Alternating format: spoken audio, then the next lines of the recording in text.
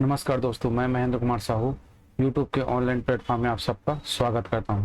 आज हम देखेंगे कंप्यूटर के उद्भव विकास, जो आपके व्यापम सीजी व्यापम के सभी एग्जाम के लिए तथा एसएससी, रेलवे, बैंकिंग, विशेषकर छत्तीसगढ़ छात्रावास अधीक्षक के लिए विशेष उपयोगी होगा।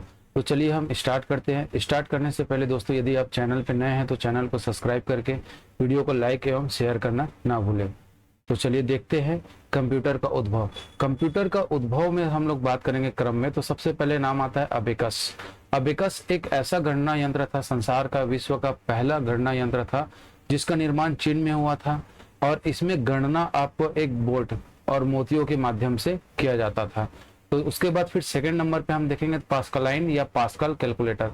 पास्कल कैलकुलेटर का निर्माण के बारे में बात करेंगे तो ब्लेज पास्कल ने 1642 में 1642 ईस्वी में किया था और यह फ्रांस के गणितज्ञ है। इसमें केवल, है ना, ये आपका जो दिख रहा है ये क्या है, पास्कलाइन कैलकुलेटर है। इसमें केवल जोड़ घटाव कर सकते थे, इसलिए इसे एडिटिंग मशीन भी कहा जाता था। उसके बाद देखेंगे हम लोग जोसेफ जैकवार्ड। जोसेफ जैकवार्ड 1809 ईस्वी में स्वचालित बुनाई मशीन का निर्माण किया था। क्या था इसमें? स्वचालित मशीन, बुनाई मशीन, जो इस तरीके से स्ट्रक्चर था इनका। इसका निर्माण किसने किया था? जोसेफ जैकवार्ड ने। तो चलिए देखेंगे आगे कंप्यूटर के उद्भव या विकास क्रम में एनालिटिक इंजन और डिफरेंस इंजन के बारे में चर्चा करेंगे। तो एनालिटिक इंजन और डिफरेंस इंजन, एनालिटिक इंजन और डिफरेंस इंजन का आविष्कार हम बात करेंगे तो इसका कंप्यूटर के पिता कहे जाने वाले चार्ल्स बेबेज ने सन 1834 ईस्वी में किया था, है ना। चलिए, तो यहाँ पे हम देखेंगे 1834 ईस्वी में एक डिफरेंस इंजन का आविष्कार किया था, जो भाप से चलता था और गणना कर सकता था। इसका स्ट्रक्चर आपका इस तरीके से था। उसके बाद देखेंगे हम लोग सेकंड के बात करेंगे तो एनालिटिक इंजन। एनालिटिक इंजन का निर्माण भी चार्ल्स बेबेज ने सन 1842 ईस्वी में किया था, जो पंच काट के दिशा निर्देश के अनुसार कार्य करता था। इसके अनुसार, पंच काट के दिशा निर्देश के अनुसार, और इसमें केवल जोड़ घटाव एवं गुणा किया जा सकता था। इससे पहले हम लोग देखे थे क्या चीज, आपका पास्कलाइन कैलकुलेटर, जिसमें केवल और केवल जोड़ घटाव किया जा सकता था। लेकिन आपका एनालिटिक इंजन में जोड़ घटाव के साथ साथ गुणा भी कर सकते थे। और आपका एनालिटिक इंजन के लिए आपका क्या चीज, प्रोग्राम, है ना। प्रोग्राम किसने किया था? तो लेडी अगस्टा एडा बायरन ने किया था एनालिटिक इंजन के लिए पहला प्रोग्राम। और लेडी अगस्टा को प्रोग्रामर, प्रथम प्रोग्रामर के नाम से भी जाना जाता है। और लेडी अगस्टा ने ही बाइनरी प्रणाली का आविष्कार किया था। चलिए, तो लेडी अगस्टा के बारे में आपको क्या क्या ध्यान रखना है कि इसको प्रथम प्रोग्रामर कहा जाता था। इसने किस चीज के लिए प्रोग्राम किया था? तो चार्ल्स बेबेज द्वारा निर्मित एनालिटिक इंजन के लिए प्रोग्राम किया था। और लेडी अगस्टा ही आपका बाइनरी प्रणाली का आविष्कारक है। तो चलिए आगे देखते हैं हम मार्क वन। तो सबसे इसके बाद हम देखेंगे मार्क वन।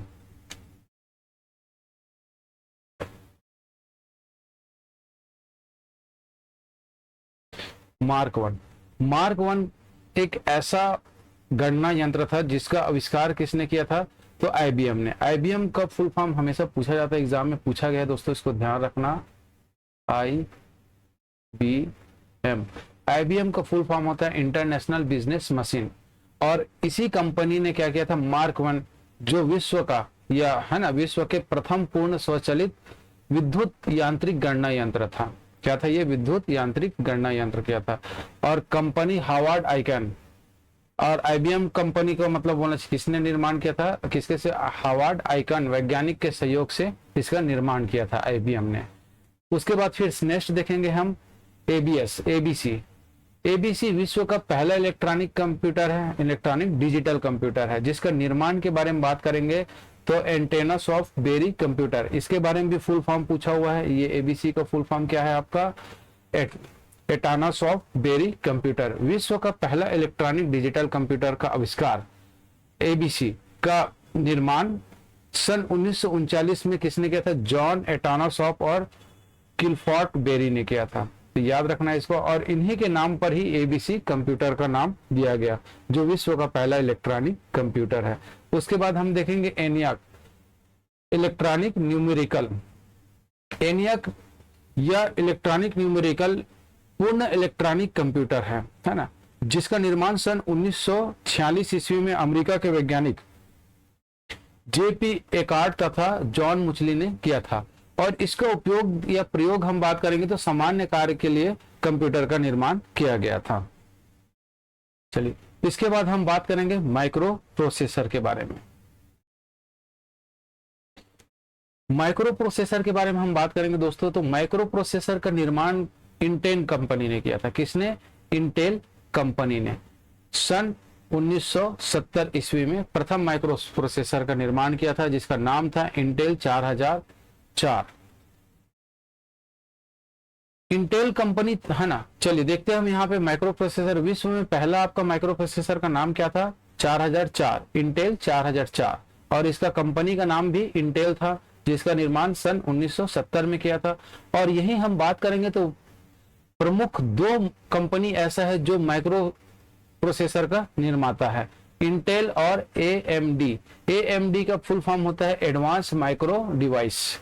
और इसके साथ साथ दोस्तों हम बात करेंगे यहाँ तो माइक्रो प्रोसेसर के प्रमुख ब्रांड के बारे में बात करेंगे तो Intel Pentium, Intel Celeron, Intel Xeon, Intel Core Duo, Intel Atom, AMD इथेनॉल, AMD ड्यूरॉन, है ना। AMD मतलब इसका फुल फॉर्म ही आपका क्या है? एडवांस माइक्रो डिवाइस ही है।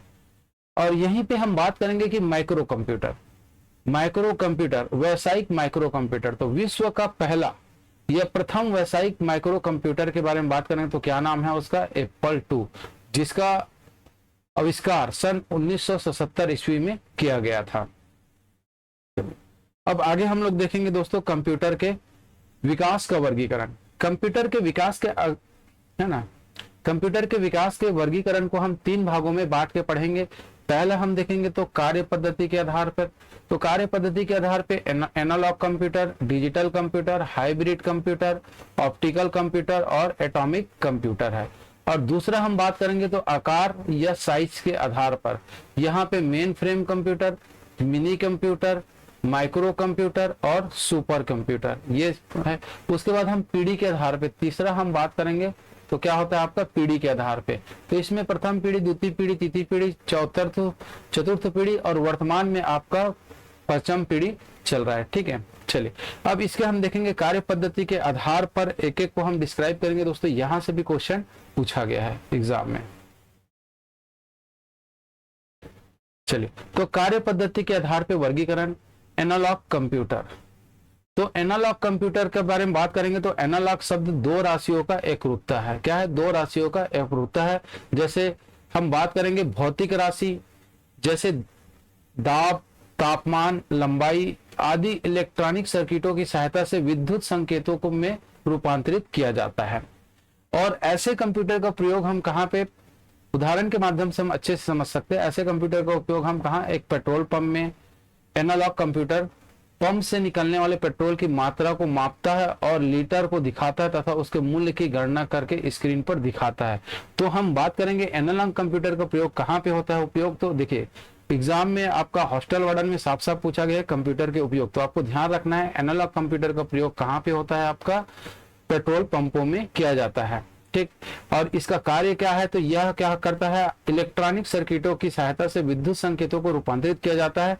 ये कंप्यूटर किसी राशि का परिमाप तुलना के आधार पर करता है। जैसे हम पेट्रोल पंप में देखेंगे 1 लीटर का मतलब तुलना करेगा और उसको अंक के माध्यम से आपको रुपीस में बताएगा कि इतने रुपए का आपका पेट्रोल डल चुका है। उसके बाद हम बात करेंगे डिजिटल कंप्यूटर। डिजिटल कंप्यूटर का अर्थ होता है कि कंप्यूटर में सूचना को इस प्रकार चर राशियों द्वारा व्यक्त किया जाता है जिसमें स्क्रिप्ट है ना, डिस्क्रिप्ट निश्चित अंकों को निरूपित किया जाता है। जैसे हम बात करेंगे तो 0.10 7 दशमलव अंक 10 प्रकार के निश्चित मान प्रदान करते हैं। तो डिजिटल कंप्यूटर डाटा और प्रोग्राम को 0 और 1 के संकेतों में परिवर्तित करके उसे इलेक्ट्रॉनिक रूप में ले जाता है। तो यहाँ पे हम उदाहरण के रूप में हम देखेंगे दोस्तों तो क्या होता है? डेस्कटॉप, लैपटॉप, यहाँ पे आपका क्या आ जाता है? डिजिटल कंप्यूटर का उदाहरण है। तो चलिए यहाँ पे हम लोग देख लिए क्या चीज? आपका एनालॉग कंप्यूटर, डिजिटल कंप्यूटर। तो एनालॉग कंप्यूटर में हमने देखे थे क्या होता है? इसमें आपका इलेक्ट्रॉनिक सर्किट के माध्यम से हम क्या करते हैं, विद्युत संकेतों को रूपांतरित करते हैं और इसका उपयोग पेट्रोल पंप में, जबकि डिजिटल कंप्यूटर का हम बात करेंगे तो ये सिंपल होता है। जैसे हम किसी डेस्कटॉप, जैसे हम किसी का नाम लिख रहे हैं, जैसे हम यहाँ पे लिखेंगे कंप्यूटर,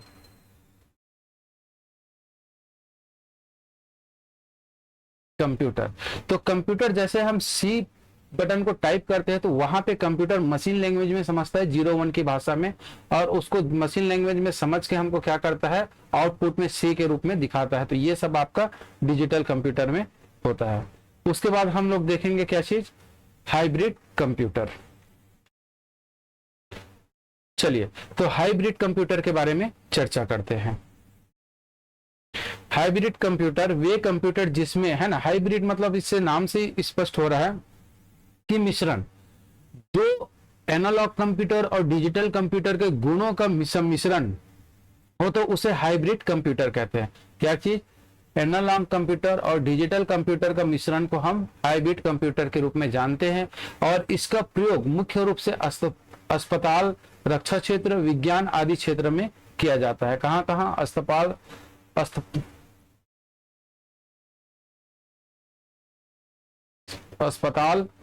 रक्षा क्षेत्र और विज्ञान में किया जाता है। तो यहीं पे हम बात करेंगे तो इसका उदाहरण के रूप में हम देखेंगे तो क्या होता है, जैसे मैं बताया अस्पताल में, तो हाइब्रिड कंप्यूटर में क्या होता है, आपको ये दोनों का मिश्रण है, एनालॉग और डिजिटल। तो एनालॉग कंप्यूटर क्या करता है, किसी रोगी के लक्षण जैसे तापमान, रक्तचाप आदि को मापता है और परिमाप के बाद डिजिटल भाग में अंकों में बदल जाते हैं।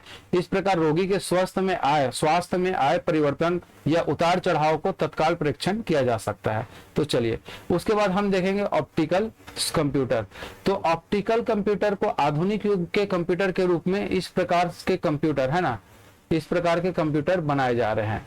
कहने का मतलब वर्तमान युग में हम बात करेंगे तो ऑप्टिकल कंप्यूटर को बनाया जा रहा है या प्रचलन में ज्यादा है, जिसमें क्या होता है कि एक पुर्जे को दूसरे पुर्जे में जोड़ने, है ना, जोड़ने का कार्य ऑप्टिकल फाइबर के तारों से किया जाता है। इससे गणना करने की आवश्यक या डिवाइस प्रकाशी पद्धति पर आधारित बनाए जाते हैं।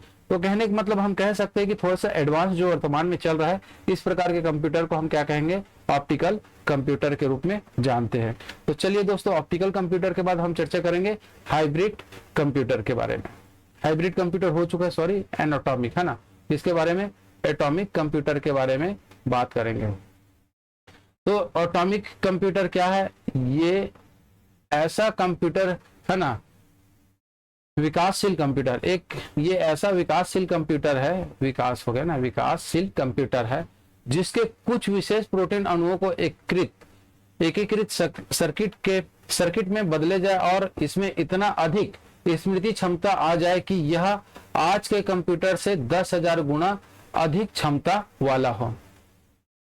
तो इससे हम ये कह सकते हैं कि जो सुपर कंप्यूटर है उससे थोड़ा सा कम होता है, थोड़ा सा नहीं मतलब बहुत ही कम होता है, लेकिन हम लोग जो प्रचलित कंप्यूटर है इससे अधिक तेज होता है। इसकी क्या होता है, आपका क्षमता, है ना, स्मृति क्षमता अधिक होता है, इसी कारण इसको एटॉमिक कंप्यूटर के नाम से जाना जाता है। उसके बाद हम बात करेंगे आकार के आधार पर वर्गीकरण। तो आकार के आधार पर वर्गीकरण में हम पहले देखेंगे मेन फ्रेम कंप्यूटर। इसमें संग्रह क्षमता अधिक होती है, इसमें क्या होता है, संग्रह क्षमता अधिक होता है। इसमें अधिक मात्रा में डेटा पर तीव्रता से प्रोसेस करता है, अधिक मात्रा के डेटा से प्रोसेस करता है, इसलिए इसका उपयोग बड़ी कंपनी, बैंक, सरकारी विभाग एवं केंद्रीय कंप्यूटर के रूप में करते हैं।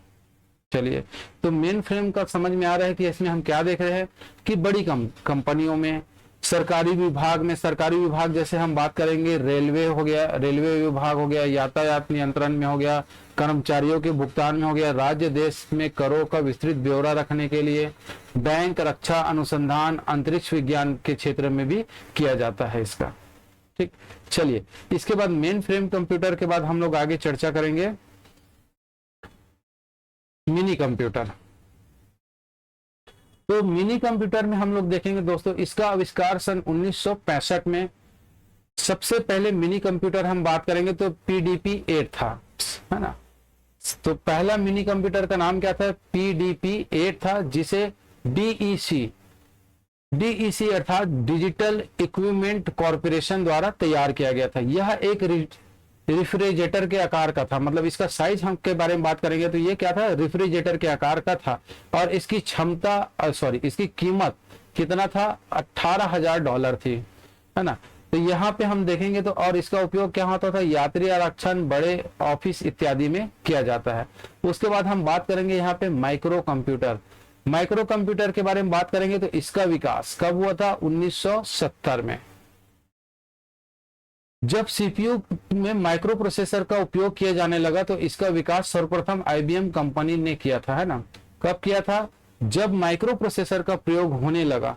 तो जैसे कि मैं पहले बताया हूं कि आपका 1970 में ही हमने माइक्रो प्रोसेसर जैसे 4004, इंटेल 4004 का निर्माण किया गया था और इसका उपयोग किए जाने लगा। तो इसका विकास सर्वप्रथम IBM international business machine company ने किया था। और यह प्रोसेसर जो होता था 8, 16, 32, 64 बिट माइक्रो प्रोसेसर का उपयोग किया जाता था। और इसका उपयोग के बारे में हम बात करेंगे तो कहां कहां होता था माइक्रो कंप्यूटर का, घर, ऑफिस, विद्यालय, व्यापार, रक्षा, मनोरंजन, चिकित्सा इत्यादि में किया जाता है। चलिए उसके बाद दोस्तों हम लोग बात करेंगे सुपर कंप्यूटर का। तो सुपर कंप्यूटर में हम देखेंगे यहाँ पे, तो सुपर कंप्यूटर से क्या समझते हैं, तो सुपर कंप्यूटर में क्या होता है कि सुपर कंप्यूटर तीव्र प्रोसेसिंग शक्ति होती है। पहला पॉइंट हम क्या देखेंगे कि इसकी प्रोसेसिंग शक्ति क्या होती है, तीव्र होती है। और दूसरा जो मुख्य रूप से हम बात करेंगे तो इसका क्या होता है, भंडारण क्षमता बहुत अत्यधिक होता है, मतलब विशाल भंडारण क्षमता मेमोरी वाला कंप्यूटर को सुपर कंप्यूटर कहा जाता है। और इसका उदाहरण में बात करेंगे सुपर कंप्यूटर का, तो आईआईटी संस्थानों में, खगोल क्षेत्रों में, मौसम विभाग में, मल्टीमीडिया और फिल्म निर्माण में किया जाता है। तो विश्व का सुपर कंप्यूटर के बारे में हम चर्चा करेंगे। तो विश्व का सुपर कंप्यूटर का निर्माण का श्रेय, पहला निर्माण का श्रेय हम किसके बारे में बात करेंगे, क्रे रिसर्च कंपनी, जो अमेरिका की कंपनी है, जिसका स्थापना मतलब क्रे रिसर्च कंपनी की स्थापना किसने किया था, सियोमोर क्रे ने किया था। और इसी के नाम पर क्रे 1 के नाम से आपका पहला सुपर कंप्यूटर 1976 में निर्माण किया गया था। सुपर कंप्यूटर के शब्द के लिए हम बात करेंगे तो 64 बिट या 8 बाइट का होता है। और इसका जन्मदाता, सुपर कंप्यूटर का जन्मदाता कौन था, सियोमोर क्रे को सुपर कंप्यूटर का जन्मदाता कहा जाता है। विश्व का पहला सुपर कंप्यूटर के बारे में बात करेंगे तो 1976 में क्रे 1 था, जिसका निर्माण किसने किया था, क्रे रिसर्च कंपनी ने किया था। वर्तमान में हम बात करेंगे सुपर कंप्यूटर का, तो शीर्ष में हम बात करेंगे तो 3 सुपर कंप्यूटर है। पहला फ्रंटियर कहाँ का है, अमेरिका का है। दूसरा फुकागू जापान का है। तीसरा लूमी आपका फिनलैंड का। ये तीनों भी वर्ल्ड में अगर पहले नंबर पे सुपर कंप्यूटर है तो अमेरिका का फ्रंटियर है। तो चलिए इसी क्रम में हम भारत के सुपर कंप्यूटर के बारे में भी चर्चा करते हैं दोस्तों। तो हम देखेंगे भारत के सुपर कंप्यूटर। तो भारत के सुपर कंप्यूटर में हम चर्चा करेंगे तो भारत में परम सीरीज के सुपर कंप्यूटर का निर्माण सीडेक ने किया था, है ना। सीडेक का फुल फॉर्म क्या होता है, इसको भी पूछा गया है दोस्तों, ध्यान रखना, centre for development of advanced computing. और इसका कहां पे है, पुणे में है। ये कंपनी कहां पे है, आपका पुणे में है। और भारतीय सुपर कंप्यूटर के जनक किसको हम देखेंगे तो डॉक्टर विजय भास्कर को जाता है। वर्तमान में हम बात करेंगे तो भारत में 3 सुपर कंप्यूटर है। पहला हम बात करेंगे तो एरावत 2023 में निर्माण किसने किया था, पुणे के सीडेक ने किया था। सीडेक का फुल फॉर्म बता चुका हूं मैं, centre for development of advanced computing, ठीक है। तो इसको याद रखना। और विश्व में इसका क्रम देखेंगे 75वां 75 क्रम का है। और सेकंड नंबर पे हमारे यहाँ 131वां नंबर विश्व में। और भारत में दूसरे नंबर का है तो परम सिद्ध, इसका भी निर्माण किसने किया है, सीडेक ने। और तीसरे नंबर पे हम बात करेंगे और जो कि विश्व में इसका क्रम देखेंगे तो 169 है, भारत में तीसरा प्रत्यूष, जिसका निर्माण IITM ने किया था। तो चलिए दोस्तों इसके बाद फिर हम देखते हैं भारत के सुपर कंप्यूटर पहला कौन है, क्या है, इसके बारे में भी चर्चा कर लेते हैं। ये हम लोग करेंट के हिसाब से इंपॉर्टेंट था। तो चलिए आगे हम देखते हैं भारत के सुपर कंप्यूटर का नाम, वर्ष और संस्था। तो हम देखेंगे भारत का पहला सुपर कंप्यूटर कौन सा था, तो परम 800, है ना, परम 8000, जिसका निर्माण 1991 में सीडेक के निर्देशक डॉक्टर विजय भास्कर। और ये विजय भास्कर ही आपका क्या है, आपको मैं बता चुका हूं आपको कि विजय भास्कर ही भारत में सुपर कंप्यूटर के जनक है। तो पहला सुपर कंप्यूटर कौन है, परम 800। उसके बाद हम क्रम में फिर धीरे धीरे हम इसके बाद हम लोग एडवांस्ड और मतलब सुपर कंप्यूटर का निर्माण करते गए। तो इसमें आपका अनुपम 1991 में भाभा एटॉमिक रिसर्च सेंटर, कहाँ पे है ये, मुंबई में द्वारा किया गया है। उसके बाद पेस कंप्यूटर ये डीआरडीओ ने किया है, जिसका कहाँ पे, हैदराबाद में। एका सुपर कंप्यूटर 2007 में टाटा समूह के CRL पुणे में, है ना। और उसके बाद फिर परम युवा 2013 में सीडेक ने किया था। उसके बाद विक्रम 100, तो ये 2015 में इसरो द्वारा निर्मित वर्तमान में भारत का सुपर कंप्यूटर, है ना। तो वर्तमान में कहने का मतलब मैं पिछले बता चुका हूं कि वर्तमान में नहीं है ना। ये अभी तक के देखे थे हम लोग क्रम में। अगर वर्तमान में हम बात करेंगे तो सुपर कंप्यूटर कौन सा है आपका, एरावत। ठीक है, चलिए, जैसे कि यहाँ पे बताया हूं मैं कौन सा है वर्तमान में सुपर कंप्यूटर, एरावत है, जो भी भारत का पहले नंबर पे है। तो चलिए दोस्तों, आज यहीं तक दोस्तों। वीडियो अगर आपको अच्छे लगे तो आपके चैनल को सब्सक्राइब कर लीजिएगा और वीडियो को अधिक से अधिक शेयर कीजिएगा। धन्यवाद।